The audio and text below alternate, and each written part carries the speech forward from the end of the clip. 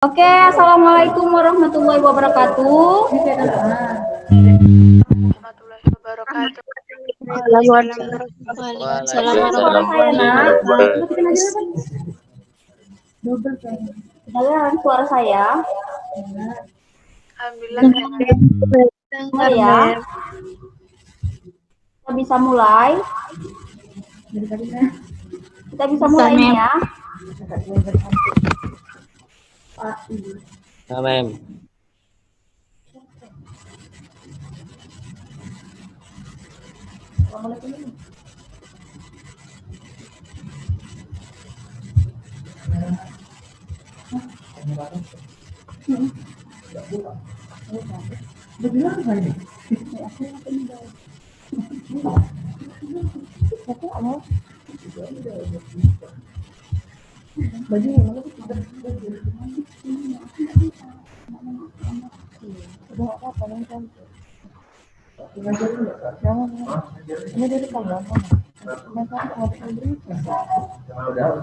Oke, assalamualaikum warahmatullahi wabarakatuh.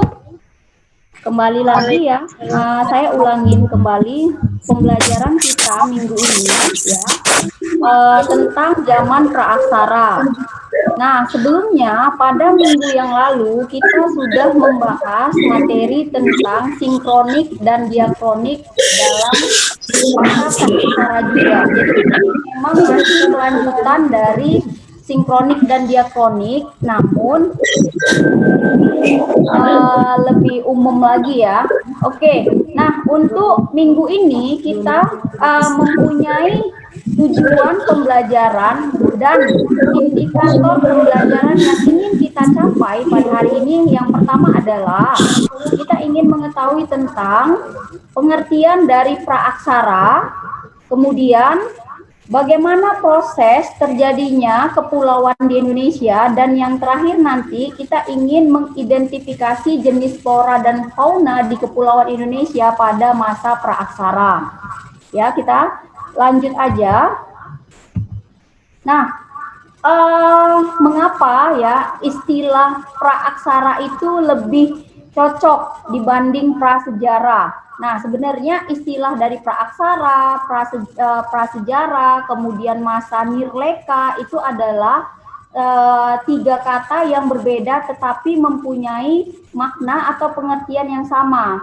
Sama-sama ya mempelajarin ilmu masa lalu ya yang tidak bisa diprediksi dengan tulisan, namanya sudah praaksara atau prasejarah. Jadi belum ada ya unsur-unsur fakta-fakta berupa tulisan. Nah, jadi kenapa bisa dikatakan sumber sejarah? Karena ada buktinya. Berupa apa buktinya? Berupa benda-benda yang ditinggalkan, apakah itu berupa fosil dan yang lain-lainnya. Nah, jadi kita akan masuk saja pengertian dari praaksara atau prasejarah. Kenapa istilah praaksara itu lebih tepat dibandingkan dengan istilah prasejarah? Nah, pra itu berarti sebelum ya, dan sejarah adalah sejarah. Jadi kalau kita misalnya mengartikan prasejarah berarti sebelum adanya sejarah, sebelum adanya cerita, sebelum adanya kisah. Nah, itu kan kurang masuk di akal sepertinya ya. Jadi untuk lebih masuk di akal, kemudian lebih masuk ke dalam kisah-kisah sejarah itu sendiri, maka lebih tepat istilah praaksara ketimbang prasejarah. Nah, pra itu adalah sebelum, aksara itu adalah tulisan. Jadi sebelum mengenal tulisan, ya, semua makhluk hidup ataupun semua manusia yang ada di bumi ini itu sudah punya kisah-kisah sejarahnya masing-masing. Nah, jadi sebelum ada sejarah berarti sebelum ada aktivitas kehidupan manusia, itu yang dimaksudkan tadi prasejarah. Berarti kalau sebelum ada aktivitas manusia, berarti kan nggak ada cerita tuh. Nah, makanya istilah prasejarah itu kurang cocok. Jadi lebih cocok adalah istilah praaksara.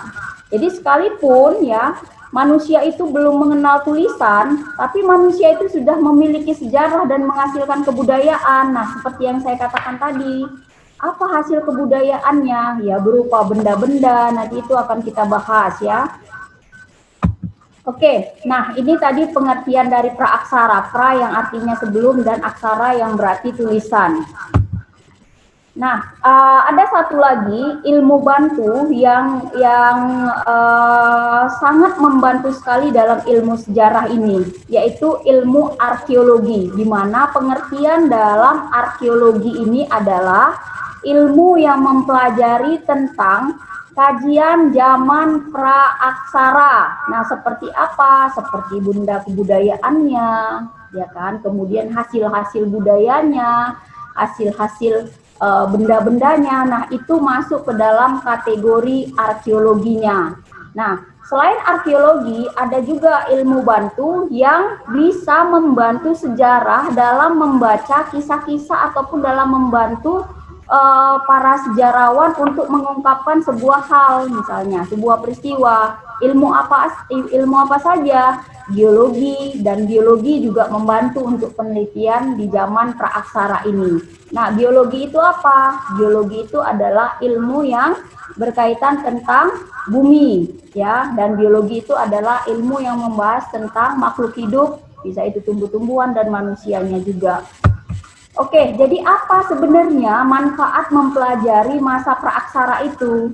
Nah, jadi ada banyak sekali ya manfaat untuk mempelajari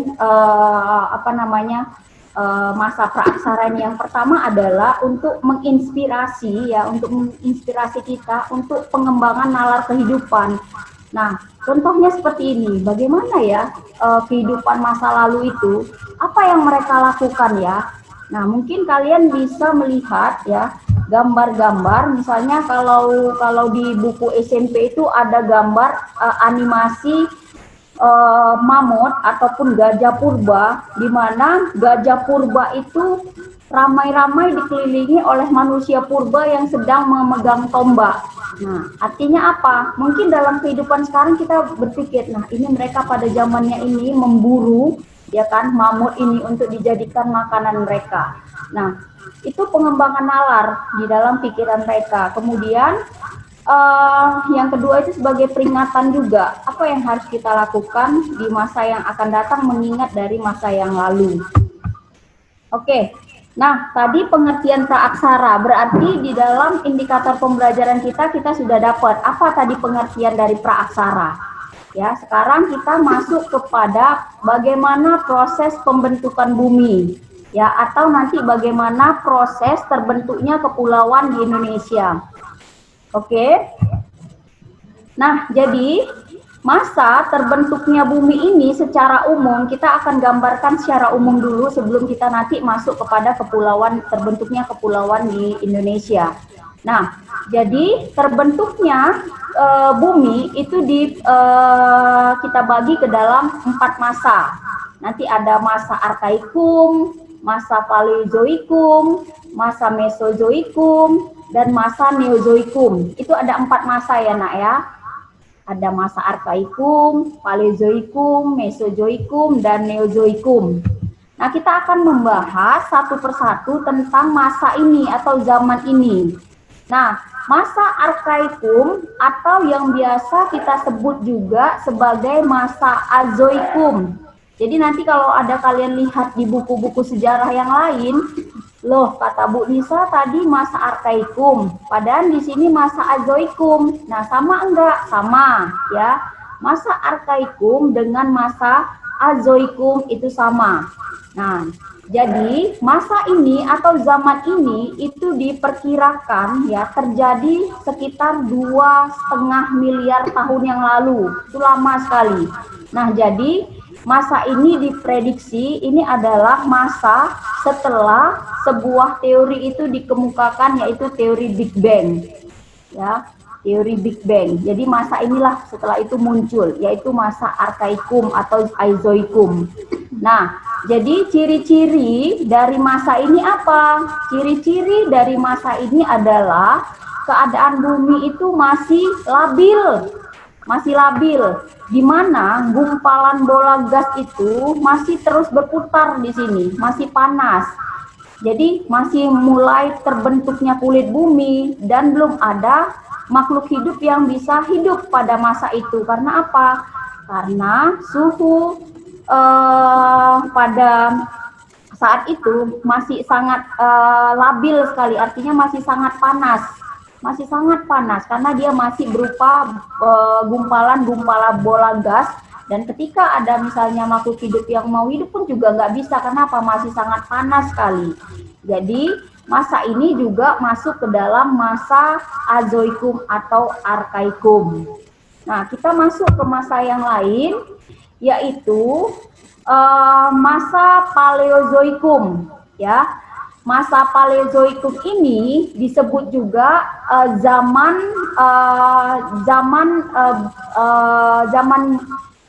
tertua. Artinya apa? Zaman tertua ini walaupun dia istilahnya lebih tua Arkaikum atau Azoikum, tapi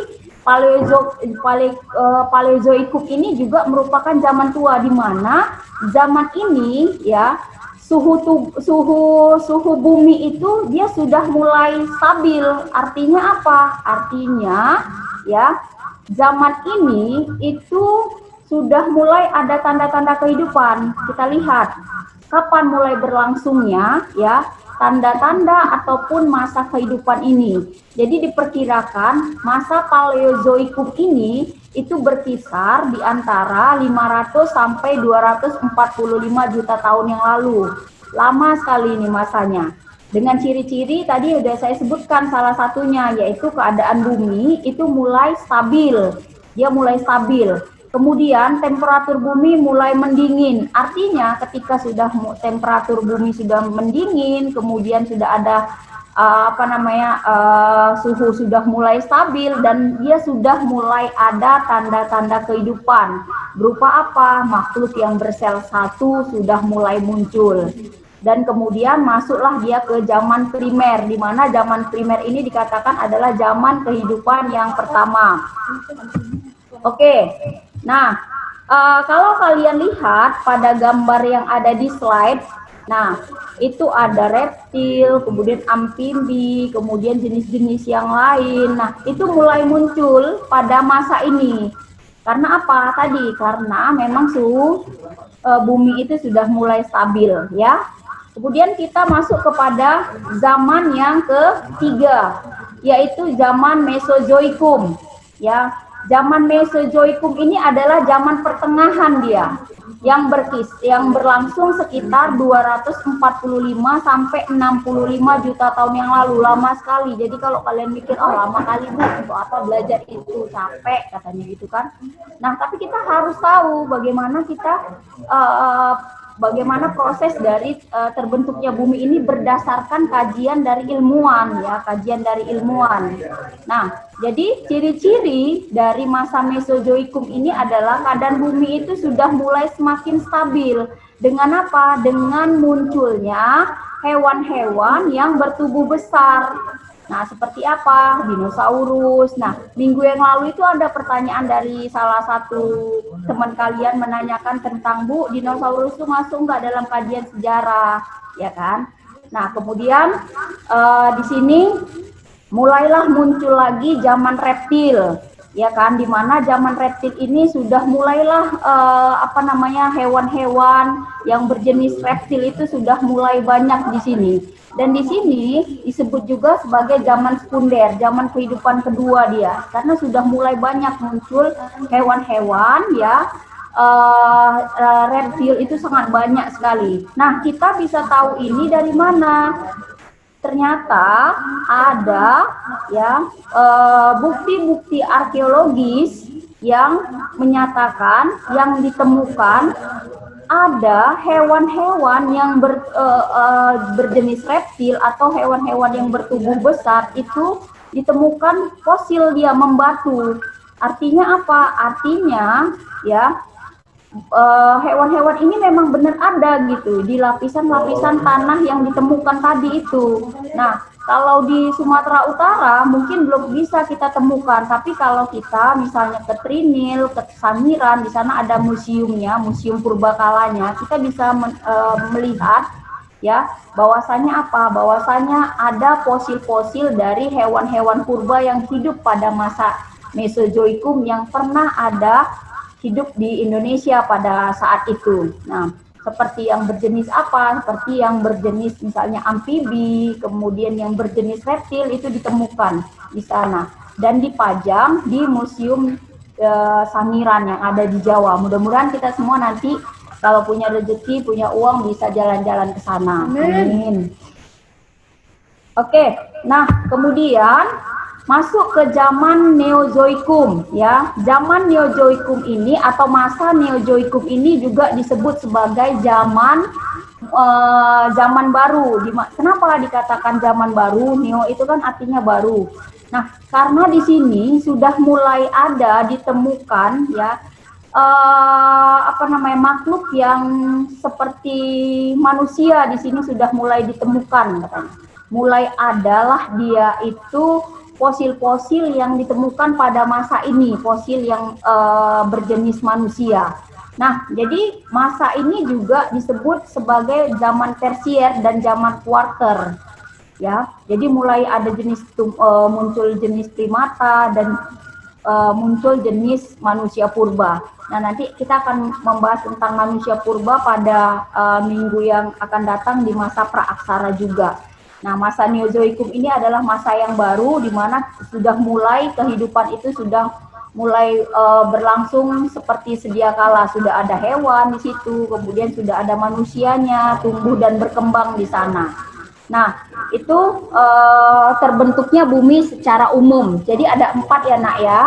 Saya ulangi lagi, ada 4. Ada masa yang pertama itu atau zaman Arkeikum atau zaman Azoikum, dan yang kedua adalah masa Paleozoikum, kemudian yang ketiga adalah masa Mesozoikum, dan yang keempat adalah masa Neozoikum. Jadi ada 4 ya, terbentuknya bumi itu ada 4 prosesnya. Nah, ini yang saya katakan tadi, bagaimana terbentuknya kepulauan di Indonesia. Nah, terbentuknya kepulauan di Indonesia itu kita akan lihat nih, bagaimana terbentuknya benua. Nah, setelah tadi ada pecahan dari teori Big Bang tadi, itu maka terbentuklah benua. Nah, kalau kalian lihat seperti ini diagramnya, ya, itu ada tenaga endogen, kemudian tenaga eksogen, sampai perubahan iklim, kemudian sampai letusan Gunung Merapi. Ini adalah proses-proses ya, proses-proses terbentuknya kepulauan-kepulauan yang ada di Indonesia. Ya, kepulauan-kepulauan yang ada di Indonesia itu terbentuk dari keempat faktor ini. Tenaga endogen, eksogen, perubahan iklim sampai dengan letusan gunung api menyebabkan terbentuknya kepulauan-kepulauan yang ada di Indonesia.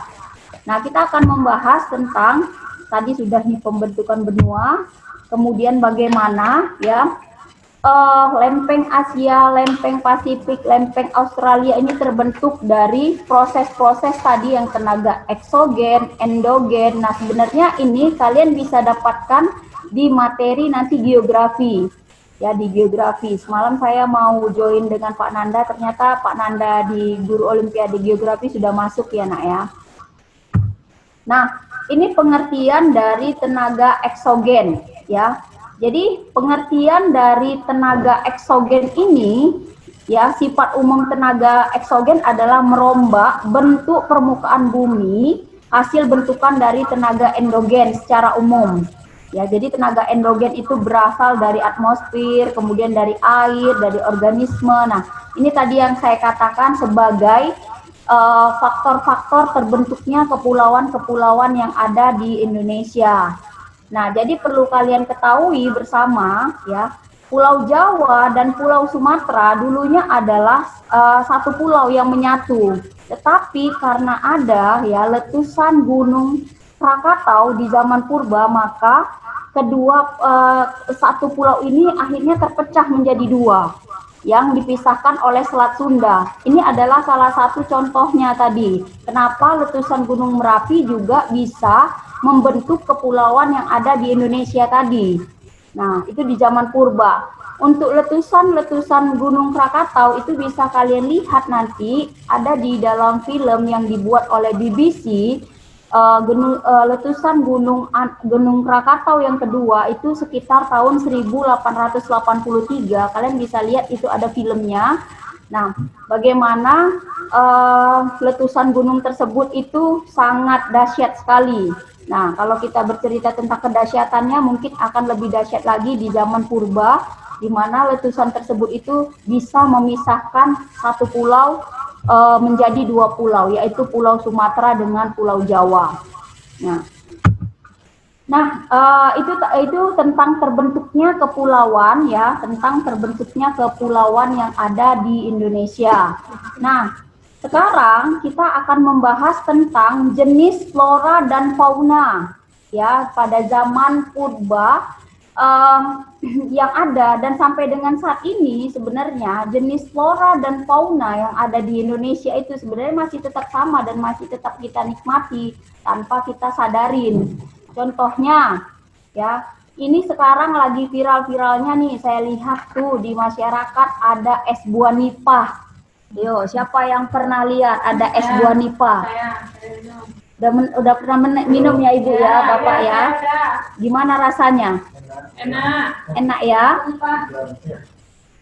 Nah, ya, es buah nipah. Nah, nipah itu dia seperti perpaduan antara kolang-kaling kemudian dengan kelapa, yang rasanya itu mirip kayak kolang-kaling dia sebenarnya. Dia berjenjang. Jadi kalau kalian lihat buah salak di pohonnya, nah buah nipah itu pun seperti itu, dia berjenjang, tapi dia tidak punya duri. Nah, itu lagi viral sekarang, tapi sebenarnya ini adalah jenis fauna di Indonesia di zaman purba yang masih sampai dengan saat ini tuh masih ada, dan sekarang baru diviralkan ya masyarakat sebagai salah satu kuliner yang enak, yang lezat seperti itu. Itu adalah jenis fauna ya, es buah nipah. Silahkan kalian mencobanya.